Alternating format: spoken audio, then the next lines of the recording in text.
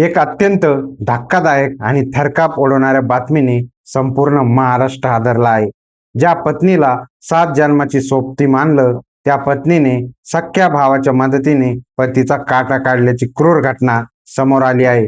होय, सातारा जिल्ह्यातील कराडमधले घडलेला तो भीषण अपघात नव्हता, तर तो एक थंड डोक्याने केलेला क्रूर घातपात होता. ठाणे जिल्ह्यातील शहापूरचे उपविभागीय अभियंता लक्ष्मण मंडले यांची अत्यंत निर्घृणपणे हत्या करण्यात आली आहे आणि या हत्येचा अंगावर काटा आणणारा सीसीटीव्ही फुटेज आता समोर आला आहे. घटना घडली आहे कराडमधील यशवंतराव चव्हाण बहुउद्देशीय हॉल समोर. नेहमीप्रमाणे पहाटे 5:30 वाजता अभियंता लक्ष्मण मंडले हे रस्त्यावरून जात होते.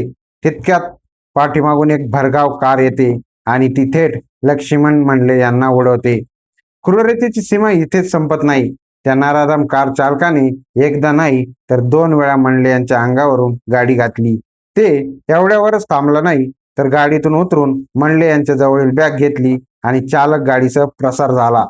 या भयंकर अपघातात अभियंता लक्ष्मण मंडले यांचा जागीच मृत्यू झाला. सुरुवातीला हा निव्वळ अपघात असल्याचा बनाव रचण्यात आला होता, पण म्हणतात ना, कायदा आणि पोलिसांचे हात खूप लांब असतात. कराड शहर पोलिसांनी या घटनेचा छडा लावण्यासाठी तपासाची चक्रे वेगाने फिरवले आणि अवघ्या 12 तासाच्या आत या मृत्यूचं काळ समोर आणलं. पोलीस तपासात जे समोर आलं ते ऐकून तुमचेही पाय जमिनीवरून घसरतील. हा अपघात दुसरा कोणी नाही तर लक्ष्मण मंडले यांची पत्नी सुरेखा, सक्का मेव्हणा संग्राम यांनी मिळून घडून आणला होता.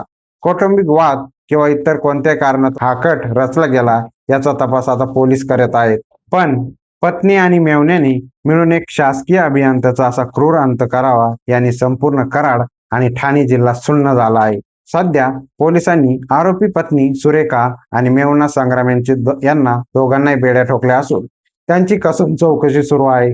नात्याला काळिंबा फासणाऱ्या या नराधमांना न्यायालय काय शिक्षा देणार याकडे आता सर्वांचे लक्ष लागले आहे.